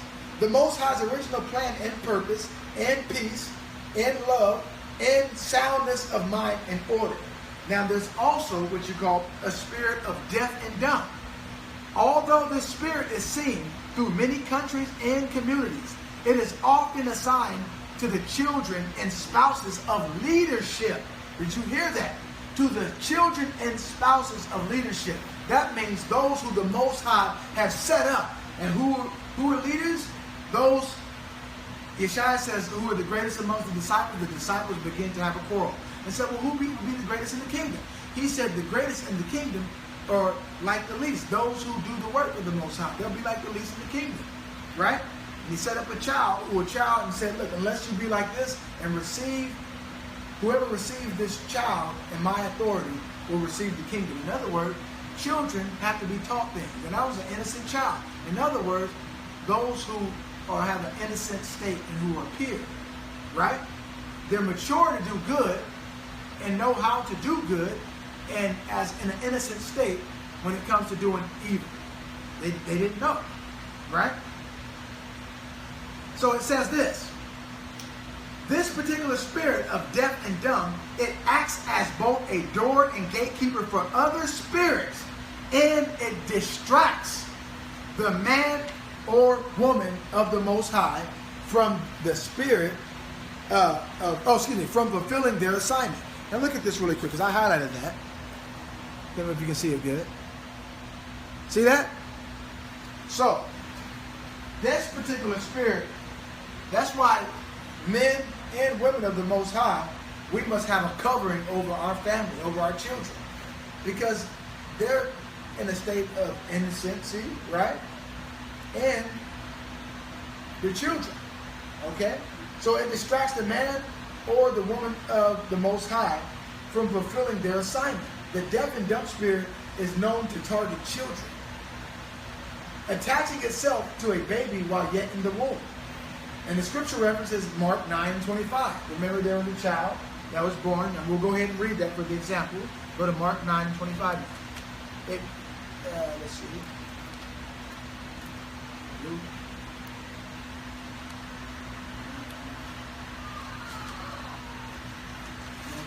Mark 9:25. Okay, and it says, it reads,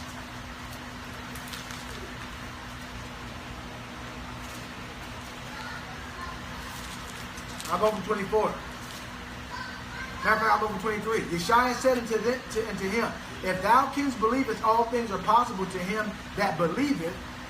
And straightway the father of the child cried out and said with tears, Lord, I believe, help thou my unbelief. So he wasn't going to be a double-minded person, but he was coming up against something that was so big, that was bigger beyond his control. And sometimes you and I, brothers and sisters, face situations, quite frankly, it seems like I'm always going through situations that are out of my control. And I still have to just stay faithful to the Most High and say, just like he said, Lord Yeshua, I believe, but help my unbelief. That mind that tries to, and what's that saying is, don't let my mind be distracted. With the Most High, all things are possible. With man, they're impossible. So help me to look past the physical state of a carnal mind and delve into the spiritual realm and believe that everything that we pray for and ask for, that it is done. Because we believe in the Most High and keep his commandments. And not only that, we see it, we believe it, and we have received it. All right? We're going on. And straightway the father of the child, I'm on Mark 9 and verse 24 now. And straightway the father of that child cried out and said with tears, I read that part, I believe, help thou my unbelief. Verse 25. When Yeshua saw that the people came running together, he rebuked the foul spirit, saying unto them, saying to that foul spirit. So a deaf and a dumb spirit is a foul spirit. Look what he said. Thou dumb and deaf spirit, I charge thee, come out of him and enter no more into him. So remember that unclean spirits that's cast out, Yeshua gave him a charge. You enter no more into him. So this child was as an innocent state, and somehow, I don't know how it got there. Maybe it was something that, and we know that when you look at this, Yeshua says certain things like this have happened so that way the Father will be glorified. Okay?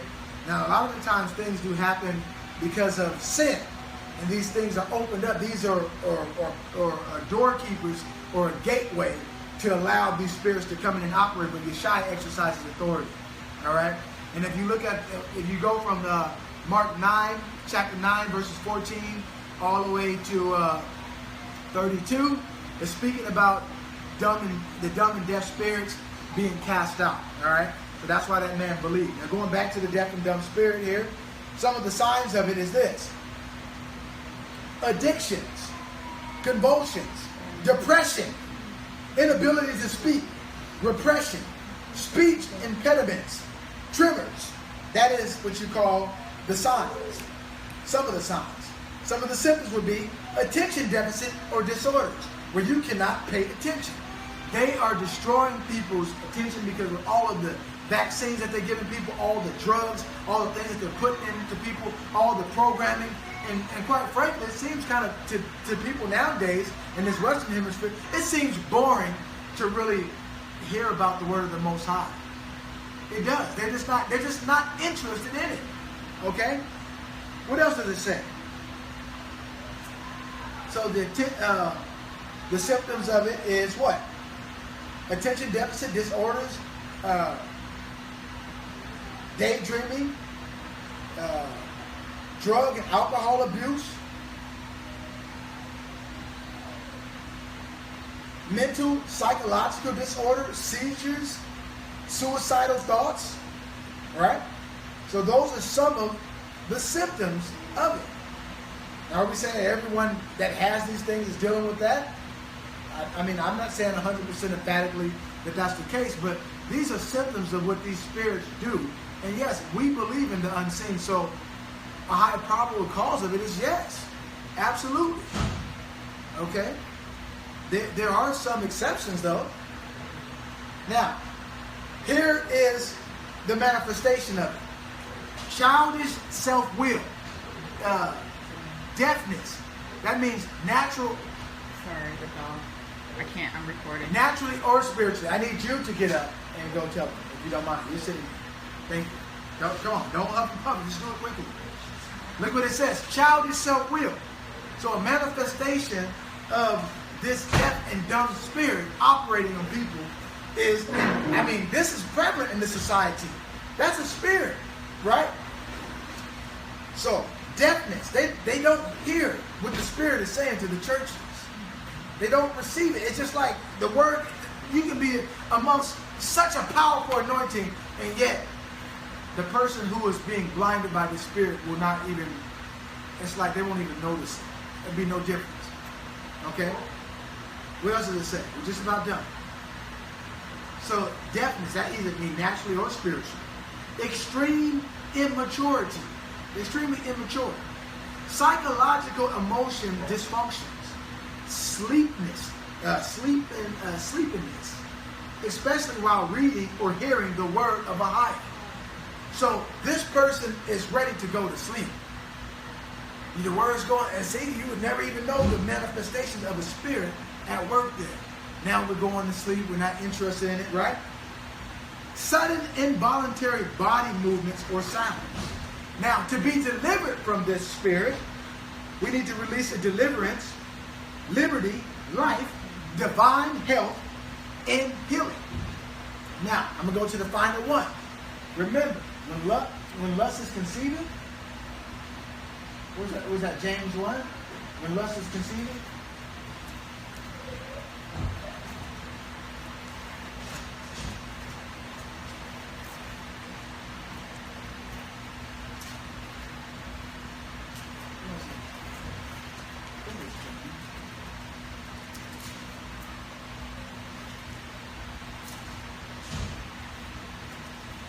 Yeah, here it is. James 1. Let's go there real quick before we read this last one. Now I think at the top of it, it should say, I'm looking for the one where it says flee youthful lust.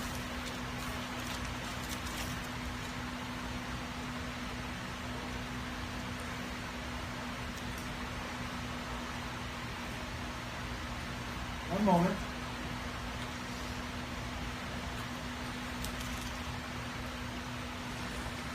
This is a really, matter of fact, James 1 is a really good chapter to read about what we're talking about here. We'll start from James 1 and 12. Blessed is the man that endureth temptation, for when he is tried, he shall receive the crown of life. That's what we're doing. This whole thing, for you to be blessed, that means to have favor with the Most High. Blessed is that man who endured the temptation. Okay? That means he's not distracted. He knows he or she knows what their mission is. They know what their duty is. They know what their goal is. They know what they're trying to achieve. They're trying to cross that finish line. For when he is tried, he shall receive the crown of life, which the Lord hath promised to them that love him. Now we know that loving the Most High is 1 John 5 and 3. But the love of the Most High is keeping his commandments, and his commandments is not grievous to us. But yet, the enemy would try to make his commandments grievous to us, to where we no longer keep his commandments, and then we would pull the grace card, and again to begin to excuse ourselves from keeping the holy and righteous commandment, the law of life. Let no man say, when he is tempted, I am tempted of Ahia, for the Most High cannot be tempted with evil, neither tempteth he any man. Verse 14, but every man is tempted when he is drawn away of his own lust and enticed. Then when lust hath conceived, it bringeth forth sin, and sin, when it is finished, bringeth forth death. Now let us hear this word now. Last one that we're going to look at, the spirit of death. Somebody hold this. This spirit is assigned to terminate and cause entities to become extinct. Put the dog down. Did you hear that? So it wants to make us become extinct. There are many kinds of death an entity can experience. A physical death, emotional, spiritual, okay? A relational, that means a divorce, social, loss of influence or reputation, life imprisonment, and financial. Okay, failure to perceive opportunities, or the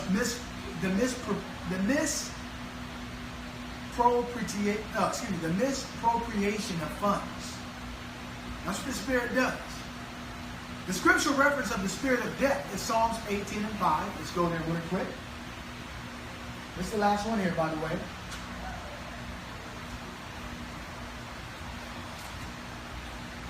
Psalms 18 and 5 says this. The sorrows of hell compassed me about. The snares of death prevented me. And then in verse 6 it says, in my distress, I called upon the Most High, and I cried unto my God. He heard my voice out of his temple, and my cry came before him, even into his ears. All right, let's go and look at Psalms 55 and 15.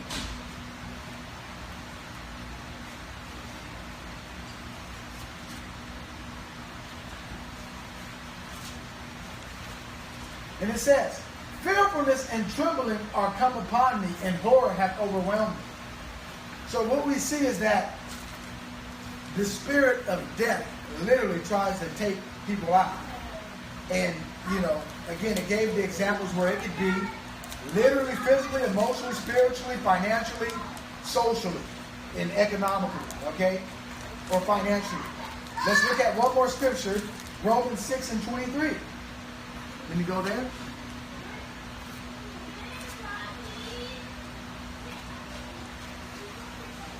Right after Acts.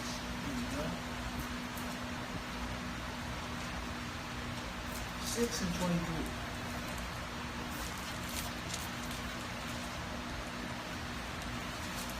We know that, Romans 6, we can actually read this whole thing. And matter of fact, I would encourage you all to read this because the subtopic of this is walk in the newness of life. So, again, we have the marker from when we begin to be called into this walk. We've come some way, but we still have some way to go, brothers and sisters.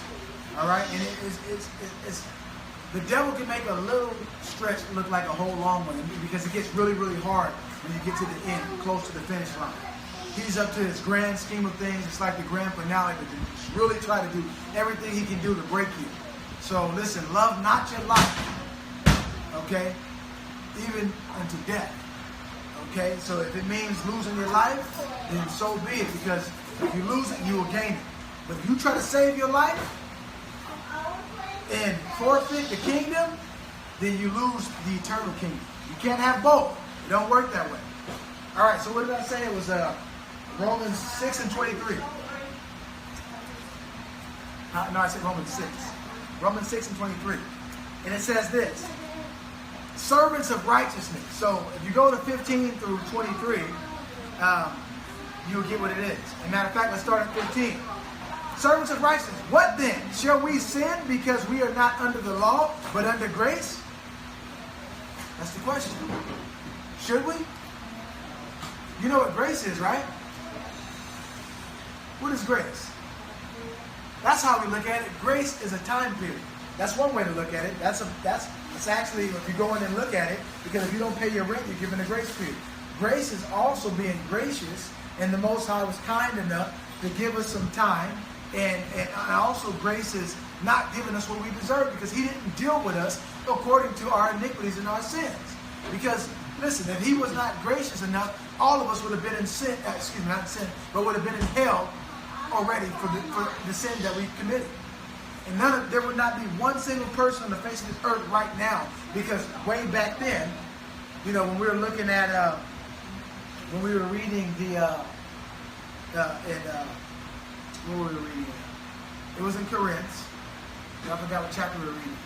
That how we had, those things were done as an example for us. When that rock that we followed, the rock that followed us was Christ. And that how the Most High was not pleased with all the people, because they began to murmur and complain and fornicate and do all these things, and they went against the Most High God. And remember, they was right there right before the Promised Land. And so because they went against the Most High and they hardened their heart, the Most High made them walk in the circle for 40 years until that generation died off. That wicked generation died off. It'll be the same way today. Don't let any double-minded man think that they're, or woman, or person for that matter, think, and when I say person, I'm speaking of a child. Because I'm speaking only man and women. I'm not talking about transgenderism. I'm not talking about none of that. I'm talking about man and woman, okay, the image of the Most High. Don't let any man or woman think they're going to get anything from the Lord, Yeshua, or the Most High, with the double mind. It just will not happen, okay? So, in 15, so we should not sin, okay? The Most High forbid. 16, it says, know ye not that to whom ye yield yourselves servants to obey, his servants ye are to whom ye obey, whether to sin and to death. Now, what are we talking about here today? Right now, we're talking about that spirit that brings the death. Death. So if you obey unrighteousness or that lust, it's going to bring forth death. You're a servant of it, all right? Or of obedience unto righteousness. Now, let's look at our example. For the wages, verse 23, For the wages of sin is death, but the gift of a higher is eternal life through Yeshua Christ our Lord. So now, we looked at the examples. Look what it says. This spirit, I read that, is assigned to basically assassinate us, brothers and sisters. And some of the signs are abortion, character assassination, dependency, disillusionment,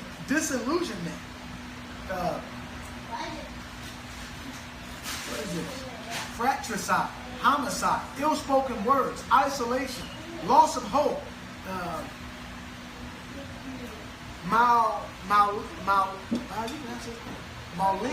maligning of character, murder, slander, stigmatization, unbelief, and it says gangrene.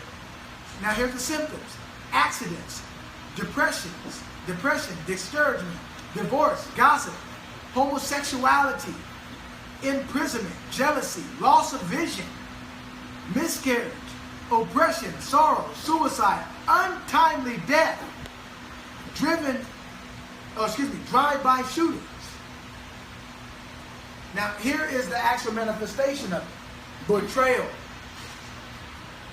deprivation, disease, emotional wounds, grief, hopelessness, indifference, loss, lost opportunities, morbidity, railing, spiritual blindness, terminal illness, wages of sin, and reprobation. Now, to be delivered from that, we need to release divine healing, health, life, and reversal of the death cycle in the name of Yeshua. So with that, brothers and sisters, I'm going to say, I decree and declare every word that was spoken here today. I pray that you have been encouraged and inspired and uplifted in some way, shape, or form. I pray that this message finds you, brothers and sisters, in good health and the Most High's perfect peace, striving to enter into that straight and narrow gate and continuing to fight the good fight of faith. And with that, we're going to say shalom to you. And, you brothers and sisters, be blessed. And salah and honor up. All right, loved ones.